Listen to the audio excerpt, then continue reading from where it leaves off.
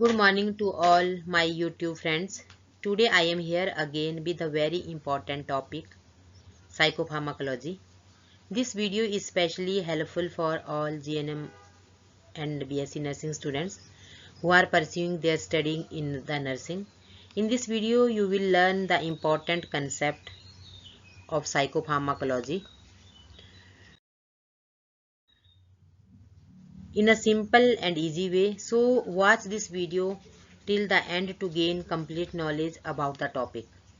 If you find this video helpful, please like, share and subscribe to my channel. Your support motivates me to make more educational videos for you.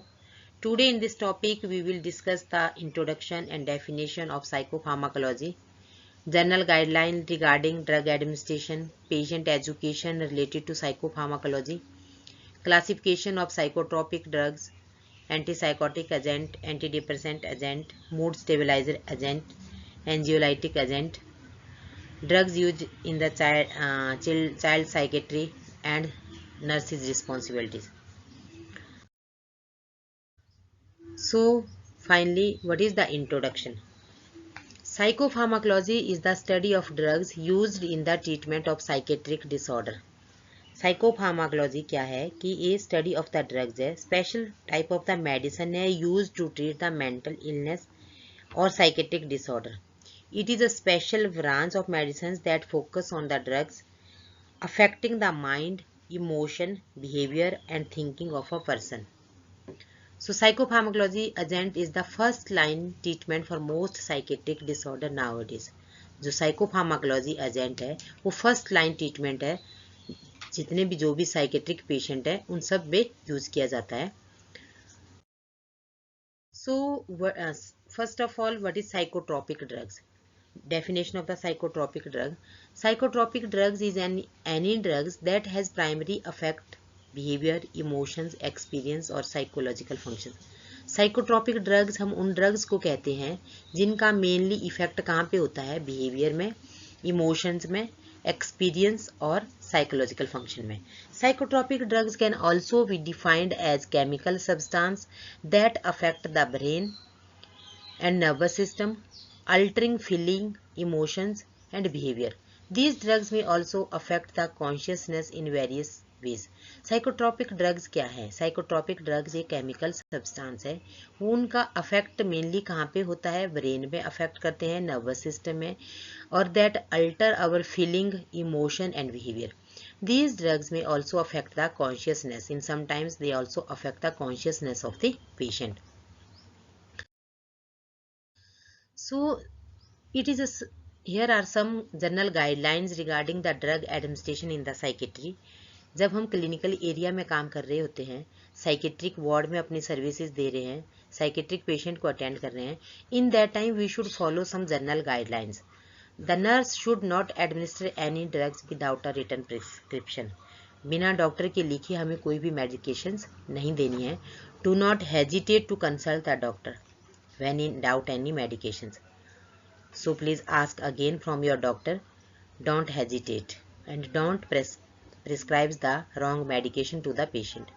All medication given must be charted on the patient case record sheet.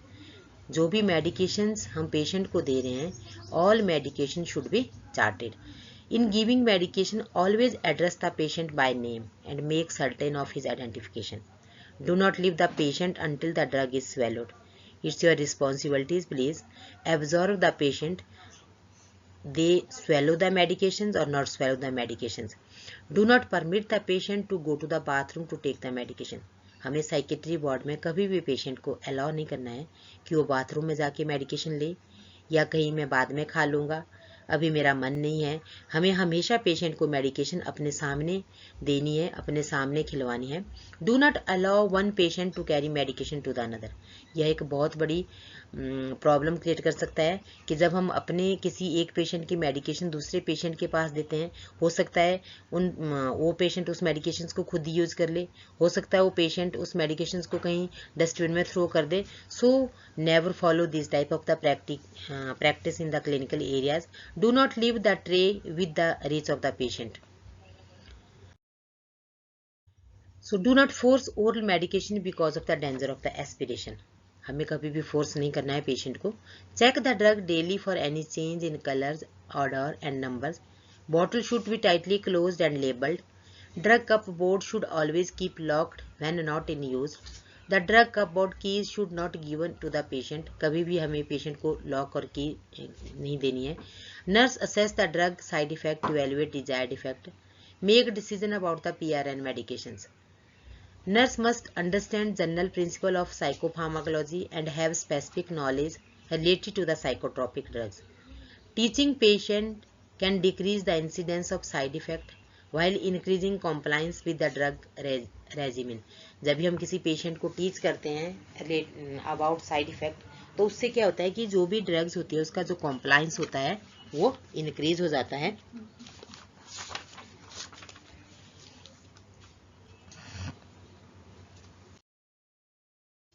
Next in this slide we are showing different type of the name of the drugs, classification of the psychotropic drugs, antipsychotic drugs, antidepressant drugs, mood stabilizing drugs, anxiolytic drugs, anti-epileptic drugs, anti-parkinsonian drugs, miscellaneous drugs. हम बारी बारी अब हम एक एक drugs को discuss करेंगे। First of all antipsychotic agent और एंटीसाइकोटिक ड्रग्स कि एंटीसाइकोटिक ड्रग्स क्या होती है। एंटीसाइकोटिक एजेंट और drugs are also known as neuroleptic major tranquilizers. ये जो एंटीसाइकोटिक ड्रग्स है इनका अनदर नेम क्या है, न्यूरोलेप्टिक मेजर्स है। ये कभी कभी एग्जामिनेशन में क्वेश्चन भी पूछा जाता है, क्रॉस मैच करने को भी आ जाता है, एमसीक्यूज में भी आ जाता है कि what is the another name of the antipsychotic. So please आपने इसको याद रखना है। It is also known as the tranquilizers, phenothiazines, or a class of medications primarily used to manage psychosis including delusions, hallucinations. जो antipsychotic जो drugs होती है उसका मेनली हम यूज कहाँ पे करते हैं, जो साइकोटिक सिम्टम प्रेजेंट होते हैं साइकेट्रिक पेशेंट में उनको ट्रीट करने के लिए किया जाता है। तो जो साइकोसिस सिम्टम्स है उसमें मेनली हमारा डिल्यूजन्स और हेल्यूसिनेशंस आते हैं, थॉट डिसऑर्डर आता है। And these type of the drugs antipsychotic drugs are usually used in the schizophrenia और as well as in the bipolar disorder. Second definition है कि drugs that mainly affect the mind is also known as the psyche are used to treat mental disorders are called the antipsychotic medications। कि antipsychotic drugs और medications क्या है कि जो patient की psyche को और इसको ट्रीट करने में यूज की जाती है उनको हम एंटीसाइकोटिक ड्रग्स कहते हैं। History of the antipsychotic drugs. Antipsychotic drugs have been used in the Western medicines for more than 15 years। जो एंटीसाइकोटिक ड्रग्स है वो वेस्टर्न कंट्रीज में 15 ईयर से यूज की जाती है। फर्स्ट ऑफ ऑल जो ड्रग्स यूज की थी दैट इज द क्लोरोप्रोमाजिन 1952 में and risperidone were the first drugs of the antipsychotic and that is use to treat the schizophrenia. After that new discoveries हुई, latest researches conduct की गई and newer antipsychotic drugs were introduced in 1980s। According to Cade's report in 1949 lithium was found to be very useful in the treatment of the excitement. 1949 में lithium के ऊपर discovery हुई, उसमें देखा गया कि lithium is very useful in to treat the excitement and mania. Lithium effective clinical uses are begins in the 1960s. First generation of the antipsychotic is known as the typical antipsychotic। हम further antipsychotic drugs को two types में divide कर देते हैं, typical antipsychotic और atypical antipsychotic. जो first generation है जिनको हमने सबसे पहले यूज करना स्टार्ट किया था that is known as the typical that were discovered in the 1950s। और जो लेटर हमने बाद में जो डिस्कवर की मेडिकेशंस उनको हम सेकेंड जनरेशन बोलते हैं और उनको अटिपिकल एंटीसाइकोटिक के नाम से जाना जाता है। Clozapine is the first atypical antipsychotic was discovered in the 1960 and introduced clinically in the 1970। सबसे पहले जो अटिपिकल मेडिकेशंस जो एंटीसाइकोटिक जो इंट्रोड्यूस हुई थी दैट इज द क्लोजापिन। 1960 में इसको डिस्कवर कर लिया था और 1970 के बाद इसको क्लिनिकली यूज करना स्टार्ट किया था। Both generation of antipsychotic mainly block dopamine receptor in the brain while atypical typical antipsychotic also act on the serotonin receptors. जो बोथ टाइप की मेडिकेशंस है एंटीसाइकोटिक, टिपिकल एंटीसाइकोटिक और अटिपिकल एंटीसाइकोटिक, बोथ क्या करती है कि जो ब्रेन में हमारे डोपामिनर्जिक रिसेप्टर्स होते हैं, डोपामिन रिसेप्टर्स हैं, उनको ब्लॉक करती है। पर जो हमारे पास जो न्यूअर मेडिकेशंस है साइकोटिक की, एंटीसाइकोटिक, वो सीरोटोनिन रिसेप्टर्स को भी ब्लॉक करती है। तो जो अटिपिकल एंटीसाइकोटिक जो ड्रग्स है वो मोर इफेक्टिव है as compared to typical antipsychotic. This is the classification of the antipsychotic drugs, typical antipsychotic or atypical antipsychotic. First generation is known as the typical and the second generation is known as the atypical antipsychotic. Chloropromazine, prochloropromazine, thyroidazine, haloperidol, pymozidine, flufenazine, ये सारी किस्में आती है typical antipsychotic में। Second generation में typical में हमारे पास आती है क्लोजापिन, जिसको सबसे पहले इन्वेंट किया गया था, ओलेंजापिन, पेलिपेरिडोन, एरिपिप्राजोल, इलियोपेरिडोन, रेस्पेरिडोन। तो ये भी कुछ एग्जाम्पल्स हैं मेडिकेशंस के एंटीसाइकोटिक के, जैसे phenothiazine, diphenylbutyl, atypical antipsychotic, benzoxapine and others etcetera.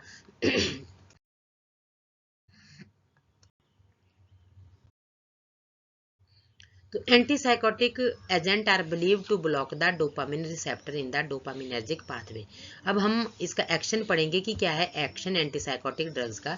ये क्या करती है, मेनली डोपामिन जो पाथवे है डोपामिन रिसेप्टर्स पे, उसको ब्लॉक कर देती है। डिफरेंट डोपामिनर्जिक पाथवे हमारे ब्रेन में 5 पाथवेज होते हैं। जो एंटीसाइकोटिक ड्रग्स होती हैं वो मेनली D2 रिसेप्टर के ऊपर काम करती है। तो डोपामिन क्या है, डोपामिन एक केमिकल न्यूरोट्रांसमीटर्स है released in the brain that is associated with the psychotic symptom and abnormal thinking। अब डोपामिन क्या है, एक न्यूरो ट्रांसमीटर्स है, केमिकल सब्सटेंस है जो ब्रेन में रिलीज होता है और मेनली किससे एसोसिएटेड होता है, साइकोटिक सिम्टम से और एबनॉर्मल थिंकिंग से। Increase dopamine activity transmit nerve impulses more rapidly than normal, which may result in strange thoughts, hallucinations and bizarre behaviour. जब डोपामिन का लेवल ब्रेन में क्या होता है, इंक्रीज हो जाता है, उसकी एक्टिविटी इंक्रीज हो जाती है। एक्टिविटी इंक्रीज होने से क्या होता है कि नर्व इम्पल्सिस क्या होती है, मोर रैपिडली ट्रांसमिट होती है हमारे ब्रेन में, जिसकी वजह से, जिसके रिजल्ट से क्या डेवलप होता है, strange thought, hallucinations and bizarre behaviour. Antipsychotic drugs helps by blocking और reducing the activity of the dopamine brain. अब किसी पेशेंट में इस तरह के सिम्टम प्रेजेंट है तो उसके सिम्टम को रिड्यूस करने के लिए हम पेशेंट को क्या एडमिनिस्टर करेंगे, एंटीसाइकोटिक ड्रग। एंटीसाइकोटिक ड्रग्स क्या करेगा, ब्लॉक करेगा और रिड्यूस करेगा activity of the dopamine in the brain.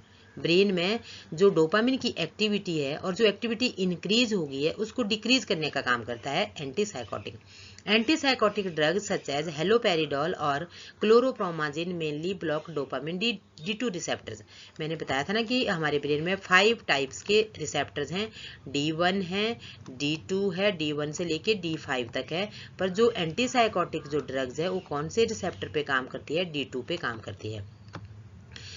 In the dopaminergic pathway of the brain, different dopaminergic pathway play an important role in the therapeutic and side effect of the antipsychotic drugs। तो ये था mode of actions. The brain contains, हमारे brain में different 4 types के dopaminergic pathway हैं। Sorry, they play different role and they have and the side effect। first of all है mesolimbic pathway। जो mesolimbic pathway होता है, कभी कभी एग्जामिनेशन में एमसीक्यूज में ये भी पूछा जाता है कि किससे रिलेटेड होता है, they related to the emotion, reward and साइकोसिस से रिलेटेड होता है। और जो मीजोकॉर्टिकल पाथवे है related to the cognitions, thinking and behaviour. Okay, nigrostriatal pathway क्या है, control, voluntary movement and coordination. This is also responsible for the extra pyramidal symptoms. जो एक्स्ट्रा पिरामिडल सिम्टम क्या है, साइड इफेक्ट है antipsychotic drugs के, तो उसके लिए कौन रिस्पॉन्सिबल है, नाइग्रोस्टाइटल पाथवे। फोर्थ जो पाथवे है that is the tubero infundibular pathway, regulate prolactin secretions from the anterior pituitary. Dopamine inhibit prolactin release.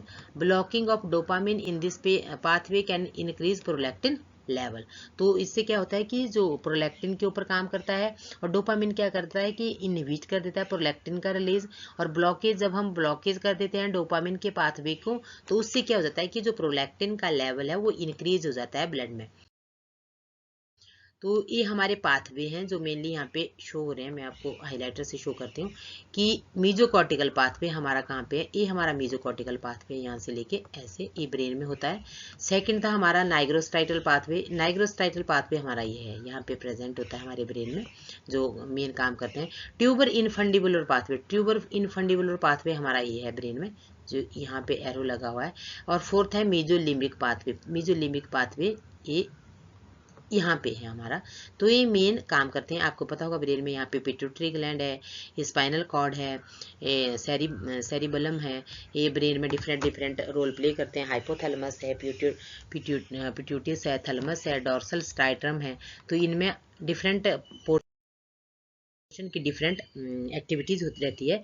तो यह डोपामिनर्जिक पाथवे, ये डोपामिनर्जिक पाथवे होता है ब्रेन में हमारे फ्रंटल कॉर्टेक्स में, जो ब्लू कलर का आपको दिख रहा है स्ट्राइटम सबस्टेंशियल नाइग्रेशिया। जो रेड कलर का है वो सीरोटोनिन पाथवे, जो ब्लू कलर का है। इस तरह से डोपामिन हमारे ब्रेन में सर्कुलेट होता है इस तरह से, ठीक है। और जो रेड कलर का आपको दिख रहा है वो सीरोटोनिन का पाथवे है। सीरोटोनिन ऐसे, जो डोपामिन है, डोपामिन का जो काम क्या होता है, reward, motivation, pleasure, euphoria, motor functions, fine tuning, compulsion, preservation. और जो सीरोटोनिन का होता है मूड, मेमोरी, प्रोसेसिंग, स्लीप, कोग्निशंस। तो इस तरह से आप डोपामिन पाथवे और सीरोटोनिन पाथवे को, ये हमारे ब्रेन में प्रेजेंट होते हैं। तो इंडिकेशन कि एंटी साइकोटिक ड्रग्स हम कहाँ कहाँ यूज कर सकते हैं। Delirium, dementia, delirium tremens, drug induced साइकोसिस and other organic mental disorder, कुछ फंक्शनल डिसऑर्डर्स हैं, मूड डिसऑर्डर्स हैं, जहाँ पे हम इनको यूज कर सकते हैं।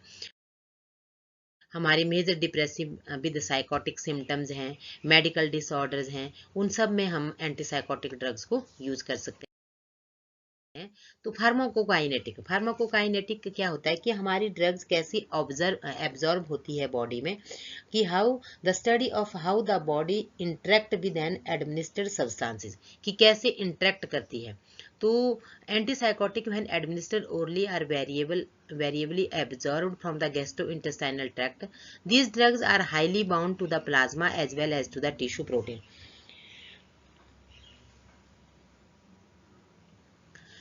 Tissue proteins. The concentration of the drugs in the brain is usually higher than in the plasma. Antipsychotic drugs are metabolized in the liver and excreted mainly through the kidney. The elimination half-life of the generally range from 10 to 24 hours. तो इसका pharmacokinetic है। ये कुछ side effect है antipsychotic drugs के। तो antipsychotic में सबसे मेन जो साइड इफेक्ट डेवलप होते हैं वो है एक्स्ट्रा पिरामिडल सिम्टम, जिनको हम नाम देते हैं। जो एक्स्ट्रा पिरामिडल सिम्टम होते हैं उसके साइड इफेक्ट्स जो पार्किंसंस डिजीज है उसकी तरह होते हैं। Occurs in 40% of the patient receiving antipsychotic drugs who develop extrapyramidal symptoms. Symptoms are similar to Parkinson's disease. Akinetic form में होते हैं। दो टाइप्स में हम इसको डिवाइड कर देते हैं, एक अकाइनेटिक फॉर्म और दूसरा एजिटेटिंग फॉर्म। अकाइनेटिक फॉर्म में क्या होता है कि patient becomes very slow, less body movement करता है पेशेंट, और पेशेंट रिड्यूस्ड फेशियल एक्सप्रेशंस। और एजिटेटिंग फॉर्म में क्या होता है कि पेशेंट की एक्टिविटी इंक्रीज हो जाती है, रेस्टलेसनेस फील करता है patient, difficulty to sit still quietly. Akathisia में क्या होता है कि पेशेंट कीप मूविंग लेग्स और वॉकिंग कंटिन्यूसली। डिस्टोनिया में क्या होता है कि sudden painful muscles spasm develop हो जाता है, neck rigidity, twisting, jaw twisting हो जाता है। और डिस्टोनिया में क्या होता है कि नेक रिजिडिटी और जा ट्विस्टिटी। ऑक्यूलियोगायरी क्राइसिस में क्या है कि आई मूवमेंट अपवर्ड हो जाती है। टार्डिव डिस्काइनेजिया क्या है कि इनवॉलंटरी रेपिटेटिव मूवमेंट हो जाती है। और न्यूरोलेप्टिक मैलिग्नेंट सिंड्रोम क्या है कि it is a serious condition है, इट अकर रेयरली, बट जब कभी किसी पेशेंट में होती है तो that is a life threatening situations.